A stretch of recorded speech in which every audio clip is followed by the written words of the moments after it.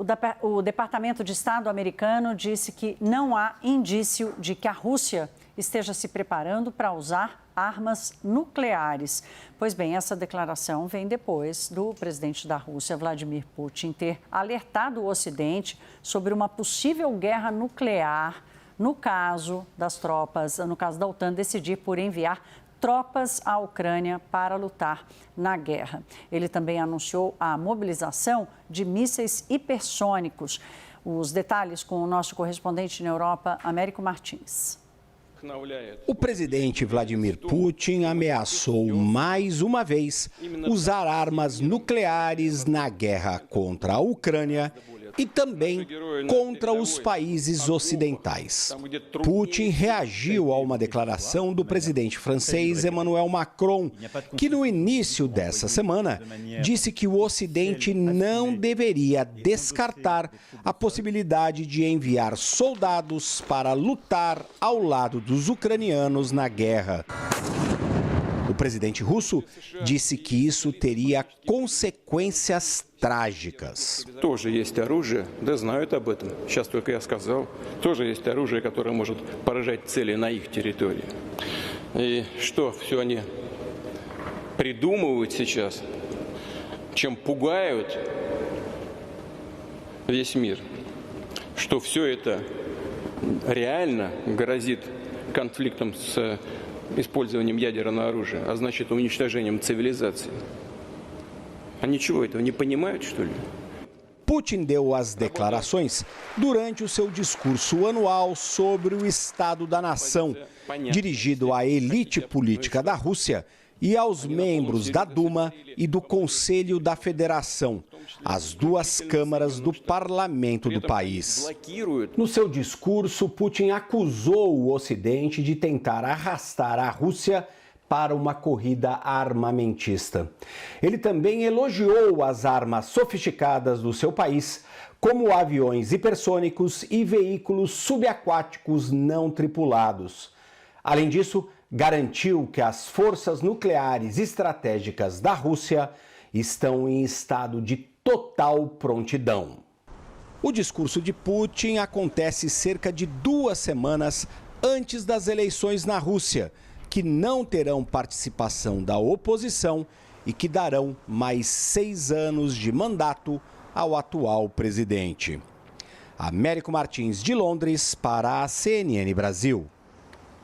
Lorival Santana já aqui comigo. Lorival, tem 2 temas aqui para tratar com você. Vou começar por esse alarme que ele fez, né? O mundo inteiro ficou, como assim? Ele dá uma declaração dizendo que é o fim da civilização, enfim. Quanto disso tem de latido e quanto tem de ameaça de mordida?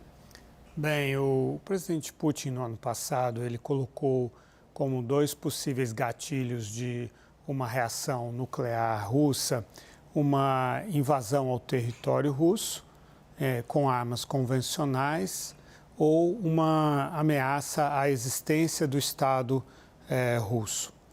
E nesse discurso que a gente acabou de mostrar, nesse trecho, fica claro que ele considera que a Ucrânia pertence ao território russo, porque ele diz que, quando ele faz menção dessa hipótese da OTAN, de a OTAN usar tropas na Ucrânia. Em nenhum momento o Emmanuel Macron falou em usar tropas da OTAN na Rússia. Isso está fora de cogitação. Ele trata como uma questão doméstica, né? Ninguém está falando nunca, desde a Segunda Guerra Mundial, ninguém falou em invadir a Rússia, certo? Mas ele considera que a Ucrânia pertence à Rússia, né?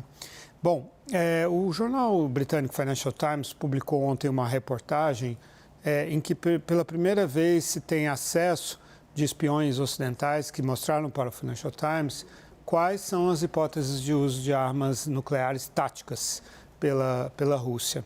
E o limiar é muito baixo, espantosamente baixo para o uso de armas nucleares.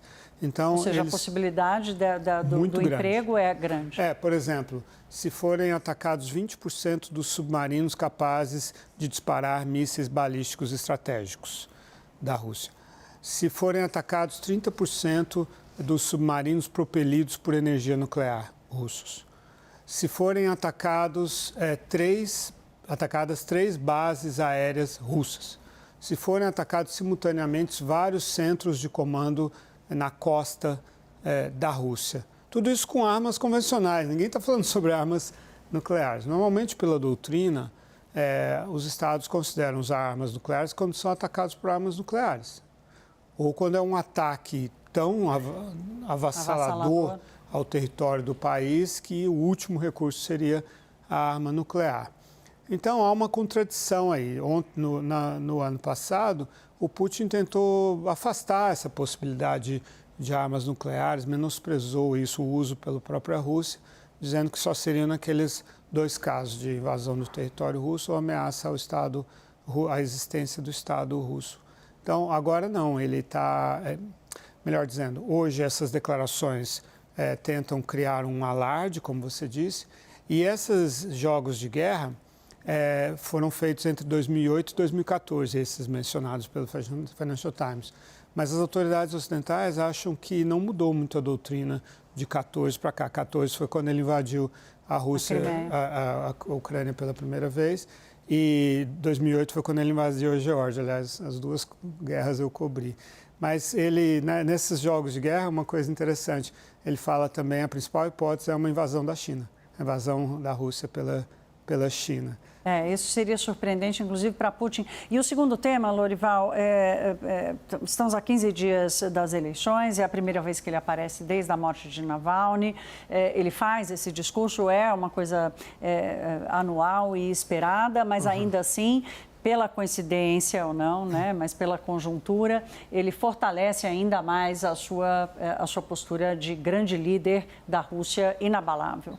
O discurso para o Estado da União, né, que tem 3 objetivos. Falar ao eleitorado russo, embora seja uma eleição com cartas marcadas, né, em que não há adversários competitivos, né, contra ele, e se houvesse também ele fraudaria a votação sem nenhum problema. Eu cobri a última eleição, a de 2018, tem 6 anos os mandatos do Putin, né, e mesmo assim agora são renováveis até 36, quando ele estará com mais de 80 anos de idade. O outro público é o público do Estado da União, né, o país de maneira geral, marcar todas as suas conquistas.